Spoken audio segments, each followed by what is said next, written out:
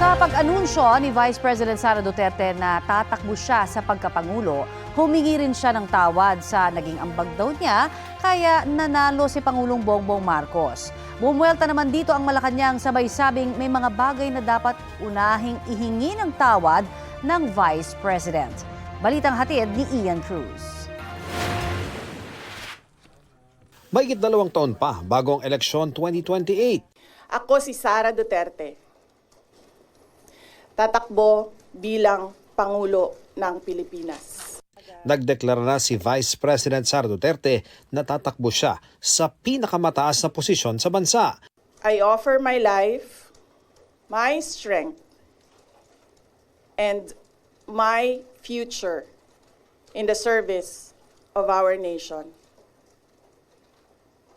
Mga kababayan, ibalik natin ang tapang at malasakit para sa Diyos, sa bayan, at para sa bawat pamilyang Pilipino. Kasabay niyan, humingi siya ng paumanhin sa mga Pilipino sa naging ambag niya sa pagkapanalo ni Pangulong Bongbong Marcos. Tumakbo sila bilang magkatandem noong 2022. Mga kababayan, humihingi ako ng paumanhin. Patawad kung tinulungan ko mahalal si BBM bilang Pangulo ng ating bansa. Sa kanyang talumpati, ipinaliwanag ng bise ang umano'y mitya ng lamat sa pagitan niya at ng dating katandem sa Uniteam. Sa unang mga buwan ng aming mga termino, nakita ko na ang kawalan ng katapatan ni Bongbong Marcos Jr. sa mga pangakong binitawan noong kampanya. Pati na sa kanyang sinumpaang tungkulin para sa bayan.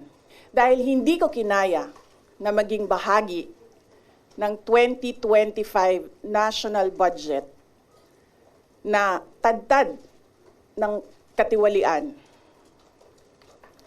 Pinili kong umalis sa kabinete kahit alam ko na mula pa noong 2023 na ang magiging kapalit ay ang aking impeachment. Patawad kung hanggang ngayon ay marami pa ring Pilipino ang nalulunod sa baha ng dahil sa malawakang korupsyon. Matapos ang anunsyo, hindi na muna pinaunlakan ang mga gustong magtanong sa bise. Tugon naman ang palasyo sa plano ng bise. Good luck. Yan din daw mismo ang sabi ng Pangulo. Can you describe to us how he said that? Ito po ba ay may good luck po kasi na sincere, may good luck na sarcastic? Kapag po kasi nagsasabi si Pangulo ng good luck, nakangiti naman siya eh. So, kung sarcastic to o hindi ko masasabi. Nagbigay rin ng komento ang Malacanang sa paghingi ng paumanhin ni Vice President Duterte sa pagkakahalal sa Pangulo. Ang taong bayan ang naghalal kay Pangulong Marcos Jr. Kung ano man po ang natulong niya, pareho naman po sila nagtulungan dahil ito ay uniteam. Kaya wag niya pong suluhin ang credit kung nanalo man ang Pangulo. Kasunod nito, ang mahabang listahan ng mga mas dapat daw ihingi ng tawad ng Vice-Presidente.